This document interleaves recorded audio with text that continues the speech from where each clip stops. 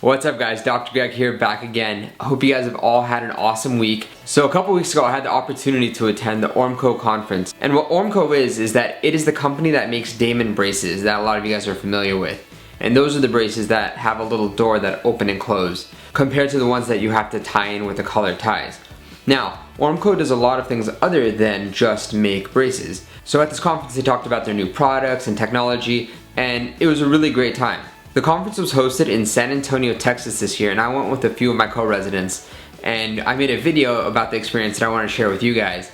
So what we did was we explored the city, we got to see San Antonio, the Riverwalk, the Pearl District, and we even visited the Alamo, which was a great time. Then we attended lectures for the next couple of days where we learned about their new technology. So Ormco has actually released their own type of aligners that are coming out soon. And what these aligners are like is that they're very similar to Invisalign, but it isn't owned by Invisalign. It's owned by Ormco, and it's called Spark aligners, and they're going to be starting to become available in the States soon, which is pretty exciting. Also, Ormco released their new edition of the Damon braces called the Q2 braces.